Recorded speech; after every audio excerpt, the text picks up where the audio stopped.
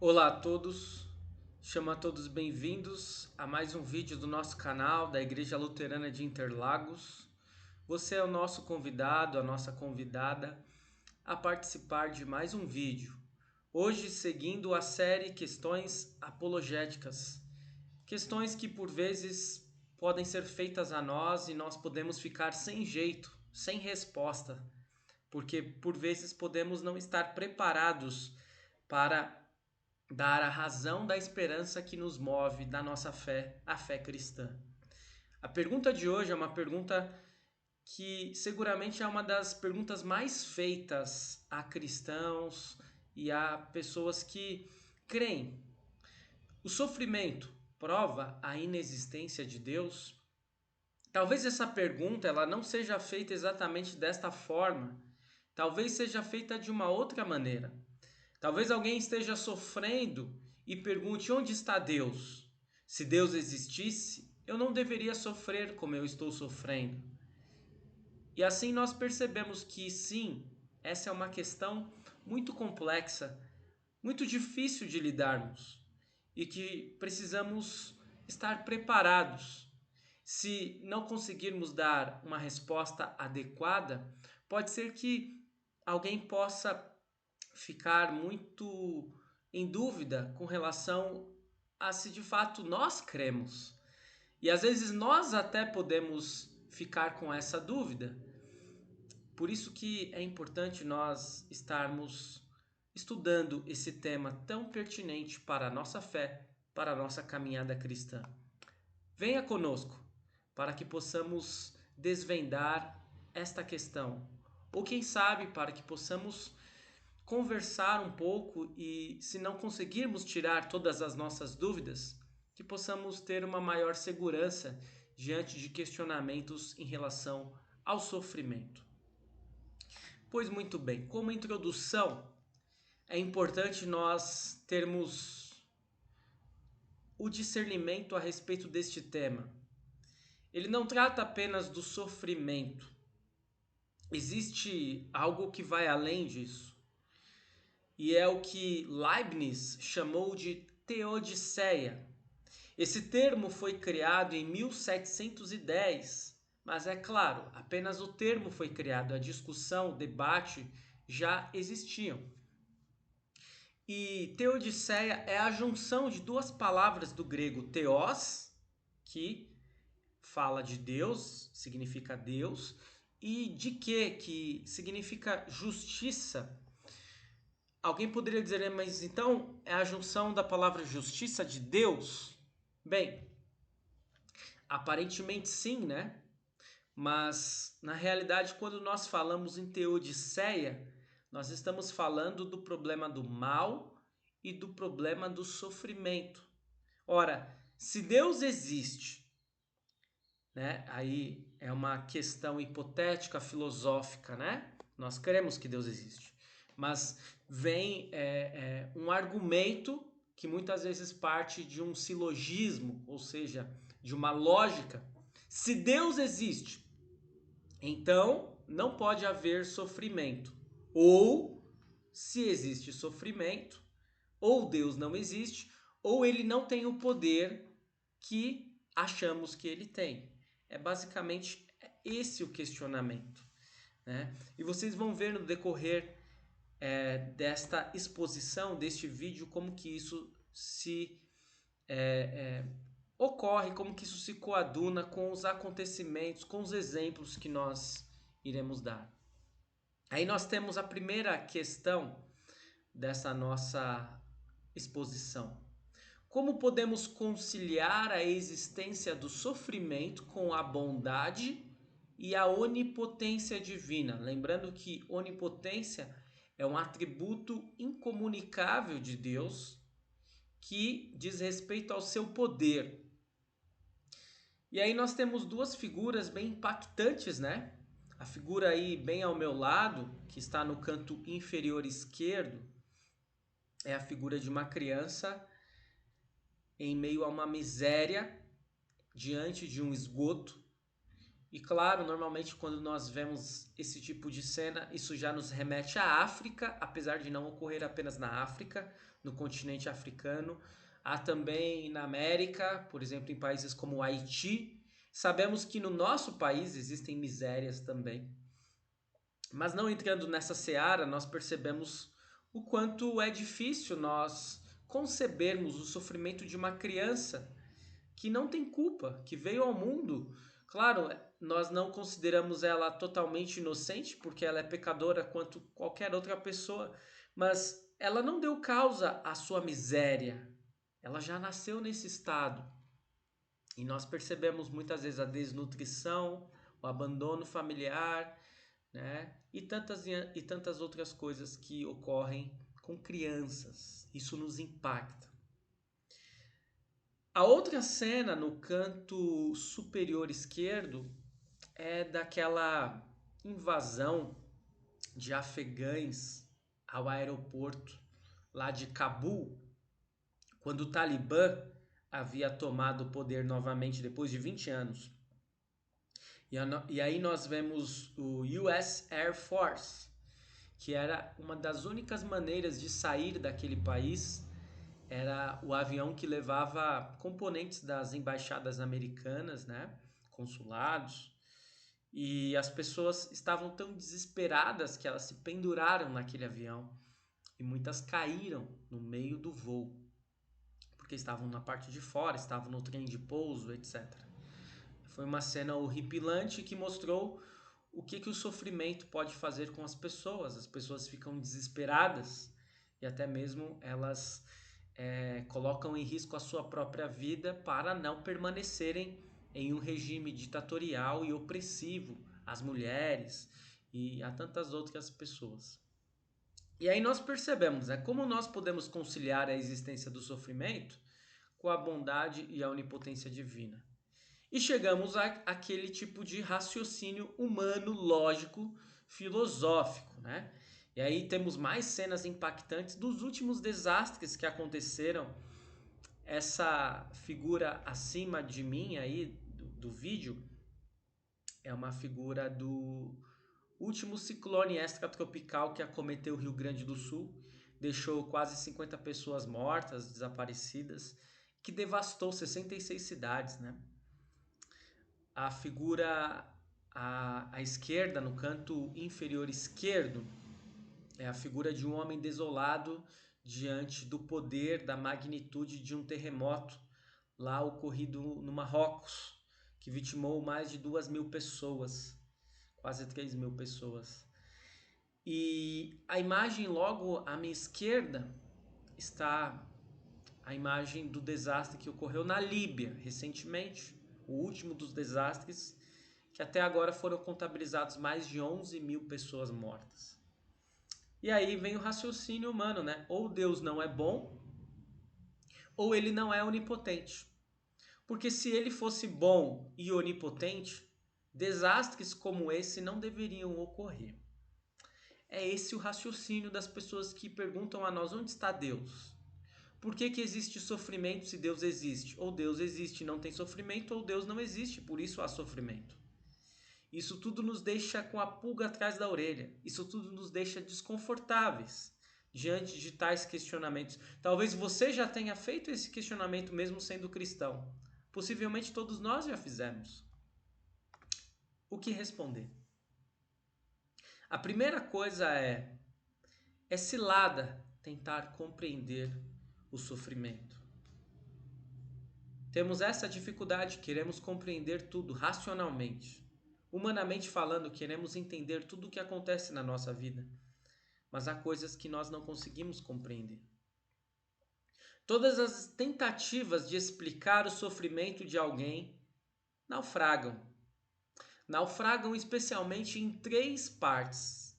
Primeira, no fato de você não estar passando exatamente pelo sofrimento de alguém. E aqui é um campo que nós precisamos deixar bem claro. O sofrimento ele varia muito de pessoa para pessoa. A mesma dor pode ser intensamente sentida por alguém e pode ser ignorada por outra pessoa. O sofrimento ele é totalmente subjetivo. Nós não podemos sofrer o sofrimento de alguém. E nós não podemos dizer para uma pessoa: isso não é sofrimento, você não está sofrendo, isso é apenas uma sensação que você está tendo. Porque na realidade nós não estamos dentro da vida da outra pessoa, nós não conhecemos tudo aquilo que ela está passando. Então, essa é a primeira coisa que nós precisamos ter em conta. Que nós jamais iremos conseguir sofrer o sofrimento de outra pessoa. Por isso, é muito difícil explicarmos a ela por que ela está sofrendo. Segundo, esbarra no fato de querermos uma explicação com base na ação e reação. O que é isso? Ora, eu só estou sofrendo por determinado motivo porque eu dei causa a isso ou existe uma explicação racional para que isso ocorra. Ora, mas nem sempre vai existir. Percebam que aqui nós estamos diante daquela situação dos amigos de Jó. Vocês lembram da história de Jó? A história de Jó é uma história que sintetiza muito bem o sofrimento humano. E na história de Jó nós vemos um homem que é comprometido com Deus, que é um homem temente a Deus, que tem tudo. Ele tem uma boa família, ele tem posses, ele tem propriedades, ele tem gado, ele tem saúde. E aí o diabo faz uma aposta com Deus dizendo: Jó somente é temente ao Senhor porque ele tem tudo. Tira as coisas que ele tem para você ver como é que ele vai ficar. E aí, por incrível que pareça, Deus topa a aposta. E aí Jó perde a família, os seus filhos morrem, a sua esposa começa a praguejar contra ele perde seus bens, suas propriedades, seu gado, ele deixa de ser um homem rico, ele perde a sua saúde, ele começa a se coçar com cacos, porque ele tem feridas no corpo e um sofrimento indizível. E aí aparecem os amigos de Jó, que começam a falar com ele: Jó, perceba, você está passando por isso porque você deu causa a isso. Você só está sofrendo porque você foi um homem mau, porque você abandonou a Deus, porque você mereceu. Ora, mas em momento nenhum o livro aponta para isso. Em momento nenhum nós vimos que Jó havia abandonado a Deus ou havia sido um homem negligente com Deus ou rebelde contra Deus. Não. Ele simplesmente perdeu tudo porque, por causa da aposta entre o diabo e Deus. Portanto, a explicação racional que os amigos de Jó procuravam ou davam a ele não se coadunava com a realidade. E um terceiro motivo pelo qual nós não conseguimos compreender o sofrimento é que nós acabamos desconsiderando o panorama do mundo. O que é isso? Ora, precisamos ter bem em conta que nós vivemos em um mundo caído em pecado, certo? Se vivemos em um mundo caído em pecado, estamos sujeitos ao sofrimento. Algumas pessoas irão sofrer mais, outras pessoas irão sofrer menos. Mas a verdade é que todos irão sofrer, desde o nascimento até a morte. Ah, mas a vida então vai ser só sofrimento. Não é isso que eu estou falando. A vida não é só sofrimento.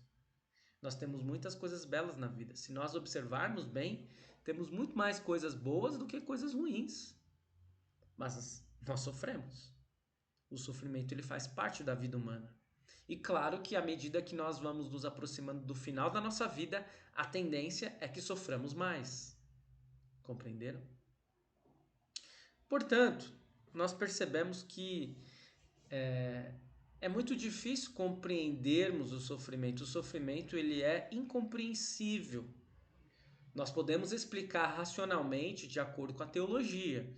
Sofremos porque estamos em um mundo caído em pecado. Sofremos por causa do pecado. Agora, por que nascem pessoas, crianças com doenças? Por que crianças têm que sofrer por misérias? Por que tantas pessoas sofrem em meio a guerras que elas não deram causas? Nós não temos essa explicação. Nós não temos a explicação porque um jovem tem um câncer terminal e o outro jovem não tem. Porque de igual maneira, o mundo é caído em pecado. De igual maneira, tanto aquele que está doente quanto aquele que está saudável, os dois são pecadores. Então, como é que podemos compreender racionalmente o sofrimento? Não compreendemos. Se tentarmos compreender, iremos cair numa cilada. Mas existem argumentos não bíblicos para o sofrimento. Eu vou trazer primeiro eles, os argumentos não bíblicos, que faz parte do nosso estudo apologético. Se você conversar com alguém que não é temente a Deus, que não crê em Deus, que não crê na palavra, esses argumentos vão fazer muito mais sentido para essa pessoa do que a palavra de Deus. E uma vez que ela tenha compreendido desse modo, com argumentos não bíblicos, então você terá talvez uma abertura para citar a palavra de Deus. E eu não digo então aqui que nós devemos descartar a palavra de Deus. A palavra de Deus ela continua tendo a sua importância. Nós só cremos por meio da palavra. Mas o que eu estou dizendo, e eu sempre tento fazer com que vocês consigam observar isso, é que a apologética ela trabalha com pessoas que não creem. E por isso nós precisamos trazer argumentos não bíblicos. C.S. Lewis, ele é um homem que vai trazer muitos argumentos não bíblicos, que são argumentos cristãos. Por isso ele é um exímio apologeta, um exímio defensor da fé cristã, e que nós, volta e meia, acabamos voltando a ele. E ele vai questionar algo bem interessante. Será que ser onipotente significa poder fazer tudo? Porque às vezes nós compreendemos a palavra onipotência como a capacidade de fazer tudo. Mas perceba que mesmo Deus podendo, tendo essa possibilidade, ele pode fazer o que ele quiser, ele tem poder para tal, não é fazer tudo. Porque se Deus fizesse o mal, ele já não seria mais Deus. Percebam? Ele pode fazer o que ele quiser, ele tem poder para fazer tudo, mas ele não faz tudo. Certo? Segundo, C.S. Lewis argumenta que o amor é visto de uma forma hedônica no mundo. O que é hedônica? Vem de hedonismo. Hedonismo é viver a vida em busca apenas de prazer. Você será feliz se você tiver prazer. Se você não tiver prazer, você não será feliz. Portanto, tenha como alvo em sua vida ser feliz por meio do prazer. Essa é a vida hedônica, que existe há muito tempo, é uma filosofia grega. Se Deus nos amasse, teria o dever de nos dar tudo o que desejamos. Teria? Isso seria amar? Nos dar tudo aquilo que nós desejamos. Então pense você que é pai, você que é mãe. O seu filho tem 3, 4 anos de idade e ele te pede uma faca. Uma faca enorme, daquelas de churrasco, sabe? E aí você, não, por amor ao meu filho, eu vou dar tudo o que ele me pede. Vou dar essa faca para ele. Daí ele pega a faca e corta a cabeça dele. Ou corta alguém. E aí, foi amor? Não é amor dar tudo o que alguém pede. Quem é pai, quem é mãe sabe muito bem disso. Deus nos ama. Por isso ele nos dá muitas vezes coisas que nós não queremos. Ou ele não nos dá coisas que nós desejamos. Por quê? Porque a vontade dele é melhor do que a nossa. E porque ele sabe muito mais do que nós. Eu não estou dizendo com isso que Deus vai dar para alguém câncer porque câncer é bom. Não. O câncer sempre vai ser ruim. É óbvio.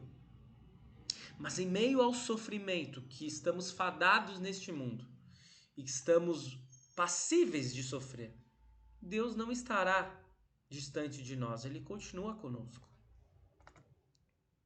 Agora, será que o mal e o sofrimento são gerados diretamente por Deus? Eis a questão. De quem é a responsabilidade direta por guerras? Essa responsabilidade recai sobre Deus ou sobre os seres humanos? De quem é a responsabilidade direta sobre a fome? Quer dizer, as pessoas passam fome no mundo porque não há alimento suficiente ou porque alguns comem demais, outros comem de menos e o alimento acabou virando um comércio. Existe corrupção porque Deus é corrupto ou porque o ser humano é corrupto? Falamos em câncer, né? Por que existe tantas pessoas com câncer ultimamente?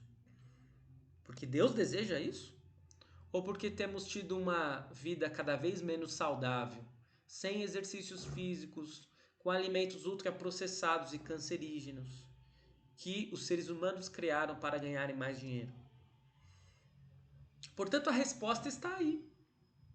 Além de estarmos suscetíveis ao sofrimento neste mundo, o ser humano muitas vezes é a causa direta do sofrimento. É a causa direta de guerras, de fome, de corrupção, de doenças. É o ser humano. O mal moral não seria resultado de nossas próprias escolhas, de acordo com Agostinho e a doutrina do livre-arbítrio? Ora, quantas pessoas não sofrem porque foram vitimadas de um assalto, de um estupro, de um sequestro, de um homicídio? E aí? Isso não foi uma decisão que uma pessoa tomou e que acabou atingindo a vida de várias outras pessoas? Percebam como que o problema do mal, o problema do sofrimento, ele está muito mais anexado, conectado ao problema humano do que a Deus. Não é da vontade de Deus que nós soframos. Não é da vontade de Deus que exista o mal. Mas infelizmente, estamos suscetíveis a tudo isso, pois estamos em um mundo caído em pecado, onde as consequências acabam muitas vezes sendo devastadoras. Estamos aí vendo várias tragédias climáticas. Por que existem tantas tragédias climáticas? Porque Deus está sendo juiz, julgando pessoas e nações? Ou porque muitas vezes estamos à beira de um cataclisma por conta de ações humanas equivocadas, que visaram apenas o lucro e que não cuidaram do meio ambiente que Deus nos deu para cuidarmos?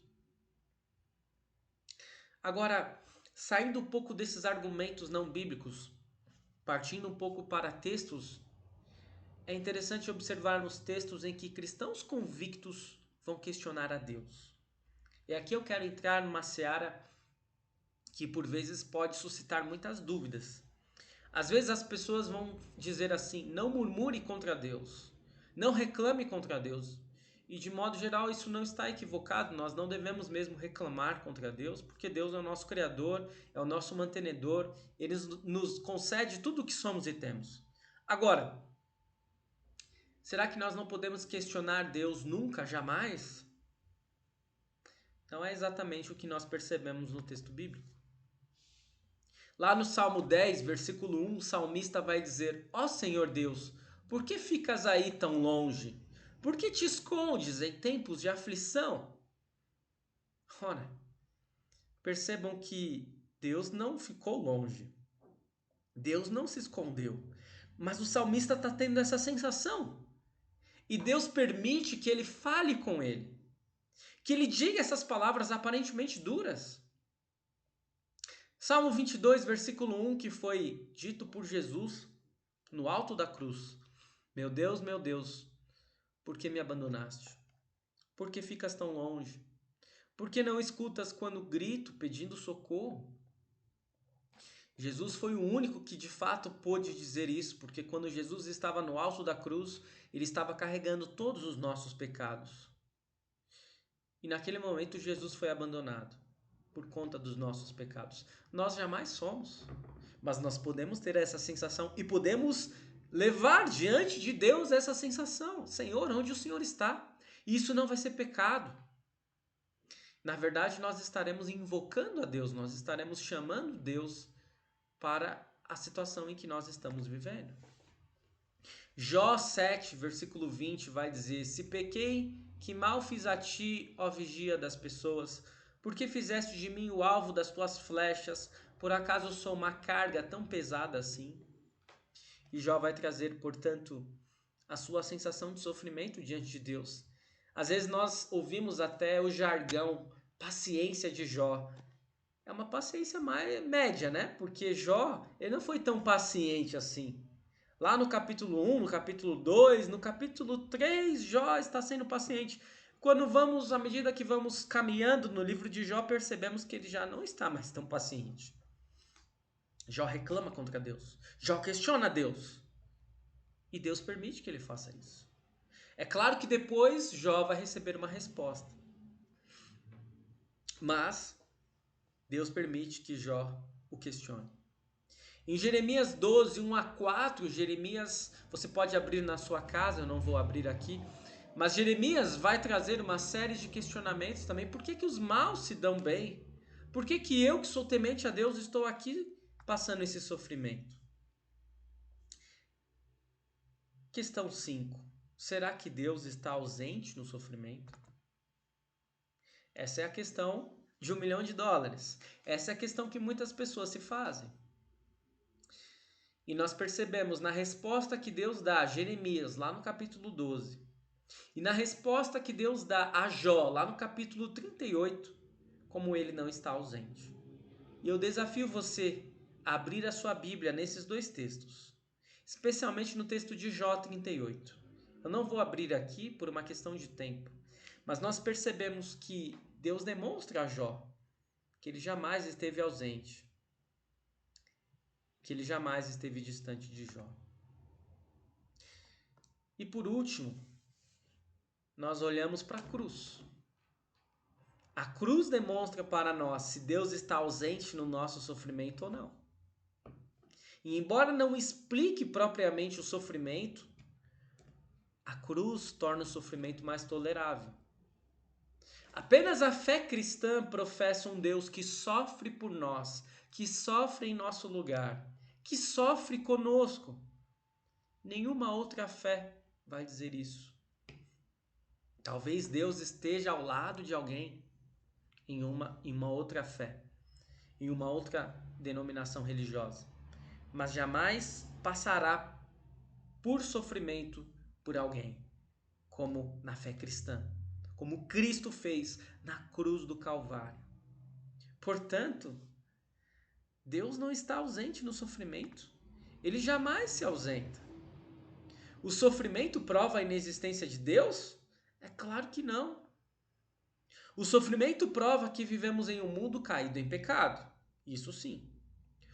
Todos somos pecadores, portanto, todos estamos sujeitos ao sofrimento. O porquê alguns aparentemente sofrem mais do que outros, não compreendemos, não sabemos.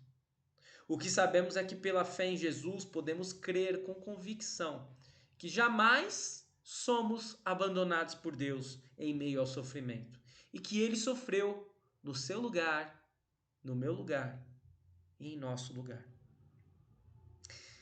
Dito isto, eu espero que esse vídeo tenha sido de grande proveito para você, para a sua vida, para a sua caminhada cristã. Continue conosco, curtindo, comentando, compartilhando, ativando aí o sininho de notificações e nós continuamos daqui fornecendo mais material para que a sua fé seja fortalecida, edificada, que você tenha mais respostas a dar diante de questionamentos à sua fé e que nós possamos continuar com essa parceria que nós temos, vocês participando, compartilhando, comentando, curtindo e nós daqui procurando fornecer mais material para que tenhamos mais edificação na palavra, uma fé mais consistente e que possamos testemunhar o amor de Cristo por todos nós. Deus continua conosco sempre, em todos os momentos, também quando sofremos. Jamais esqueça isso. Fique na paz do Senhor. Até o nosso próximo vídeo.